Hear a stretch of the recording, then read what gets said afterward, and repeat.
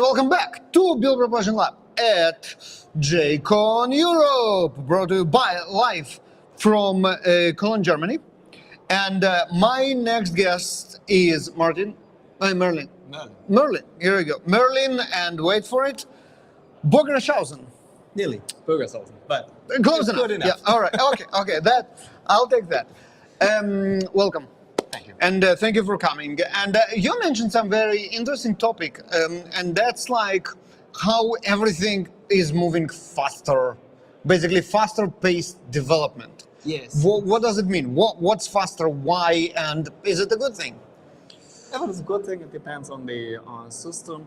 But what I mean with faster pace or growing pace is that the Java ecosystem involves much faster with the shorter release cadence, and Spring also adopted and releases more and more often more and more features and more and more CVE fixes. And Jakarta EE, for example, there's a giant step from 9 to 10 with updating nearly 22 specs. So it's nearly everything is updated, and we need to upgrade this stuff as developers, and we need to update it more often with a gain of speed, and that could be a problem. So yeah, so let's talk about that. I don't know if you heard about a book called Liquid Software.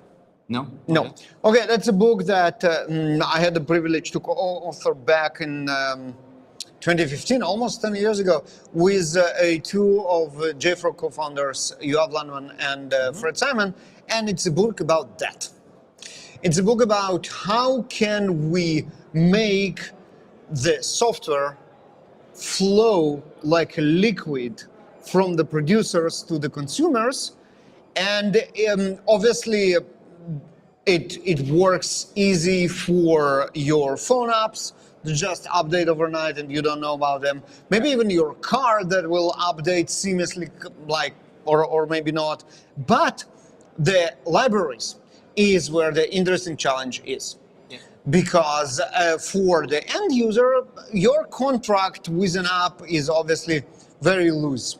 You look at the new UI, the button moved from one side to another, and you're like, oh, okay, but still it's nicer, or you know what, I hate it, but you know what to do. Yeah. But when you have an API contract, and the libraries that you depend want to evolve, and they evolve now faster than ever, then you as a consumer of those libraries, but also that you write code that binds those libraries in a hard contract, this is where the problem might be.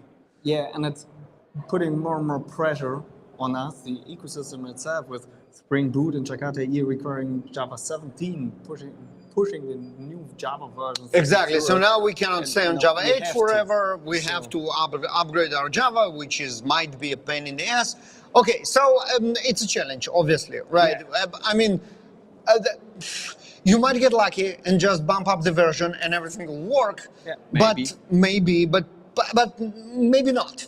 And I will say most times not, because there are most systems. I work in the public sector with governments with a slowly evolving, too slow maybe.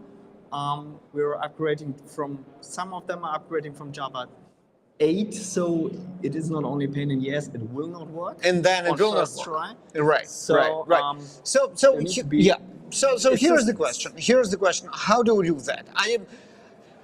Staying on old stack becomes less and less feasible. Yeah. Because fast-paced evolution, but also something that is very significant security. Right, security of vulnerabilities. Yeah, of course. You cannot allow not to upgrade, and there is an existing and no vulnerabilities in one of your libraries. Yeah.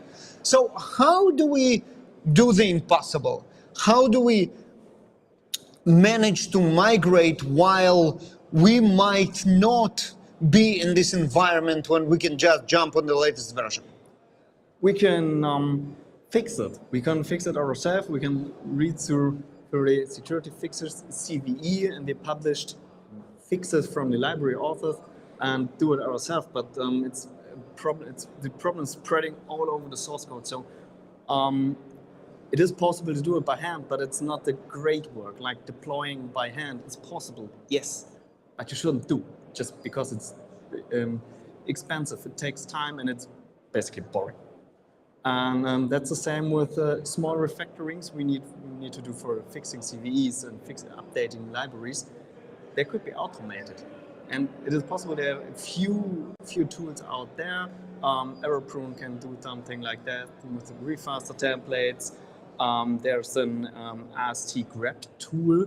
You can use grep to grab stuff to upgrade your AST, or like the project I'm contributing to is Open Rewrite, which is an automated tool to do this. Yep. And in my view, it's a very young tool with some sharp edges, basically because it's 3 years, 5 years.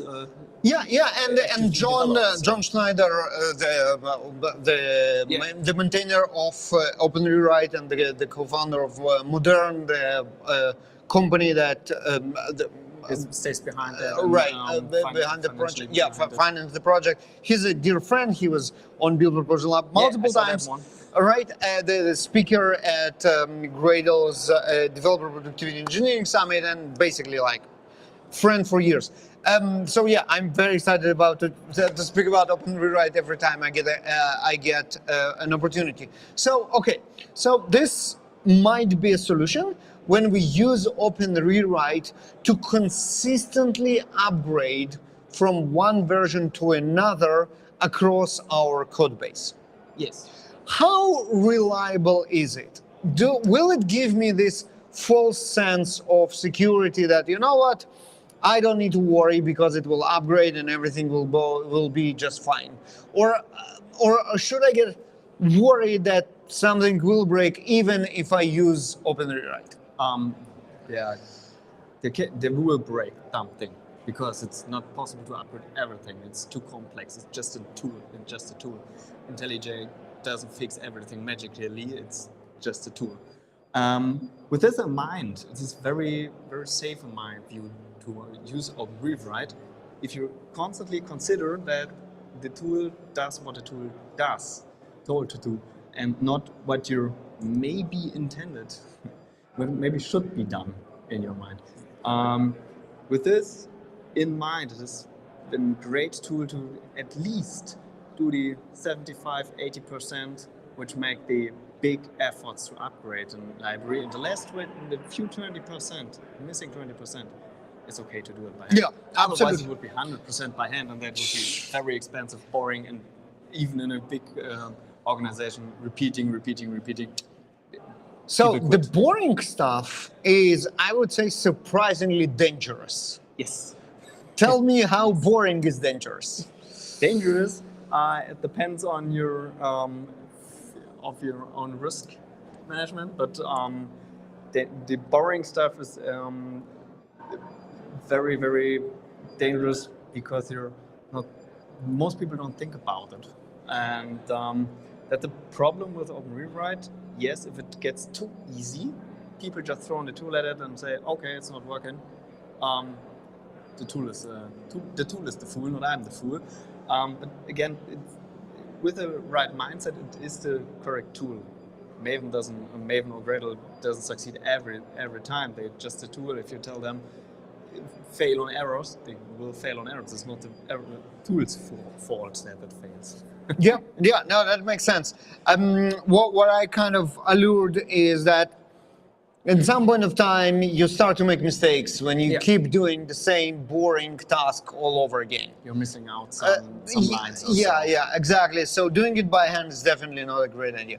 Now, let me ask you something else. So let's say there are scenarios that are kind of baked into Open Rewrite. So when you upgrade from Boot 2 to Spring Boot 2 to Spring Boot 3, it's all automated, and chances are there will be a very, very a good ratio of success because of how many people already done it, and you already found all the corner cases. High numbers. all the corner cases, and kind of it's pretty safe. But sometimes there is some obscure library that we need to upgrade for this particular obscure app that has maybe some weird stuff that is going on. How can I get control of what Open Rewrite does but still manage to do a very little of this manual, tedious, repeating, boring work? You can fire up the tool and control the patches. If the tool doesn't do your work, you still have to commit. You still have some pull requests which you should look at. And I talked to from Picnic, a colleague from Tim, who had a workshop with Tim. He said they had an interesting effect. They used OpenRewrite to migrate test and G-tests, and the teams looked at the tests. There was automated migrated and thought of, no, we don't want this test anymore. We refactor it by hand. And this is a very interesting effect that it says, okay, we have a pull request. They changed something. I think about maybe we can do it even better. And that's an interesting part, but still there's manual work. You have to check the pull request, but anyway, you have to do it anyways. If you have this one obscure library in your default stack, it will be occurring again and again. It might be a great idea to develop your own recipes for this particular part, because then you have full control. Right, I think that's where I kind of aimed. And so how hard it is to develop such a library, and does it worth the effort of doing that? Or should I say, what will be a good threshold in which I look at the work I had and I'm like, you know what? Instead of doing it manually, let me open rewrite recipe and invest time in it and then run it automatically. I would say if you're a paid library author, like Log4j or Spring or so, I would say it's always worth the effort, because if you're a core developer, you know the edge cases and you can tailor the recipe to the exact point and publish it with your library. If you're developing an internal library, like this is often done in a lot of organizations, you have to think about it and have to calculate it. If you're just removing an annotation, that's not that hard. It's a thing about search and replace, 10 minutes, 20 minutes per repository. But with the review process, it's maybe an hour. But if you repeat it with 20 applications, it's a half a week. So and then instead you write your recipe, you spend a day on it, and then you actually start saving time. Especially with the remove annotation thing, there are very, very great amount of basic recipes already in there, and removing annotation would be in, I don't know, 10 minutes or so, because it's already there. You just have to configure it. Yeah, so there are also configurable recipes which are maybe not were intended to serve your particular use case, but you can very easily adjust it to your particular use case. Because it's full open source, so you can look at the other things and see what the big brains behind it already developed and see, oh, that's a neat trick. I take that one and change it a little bit.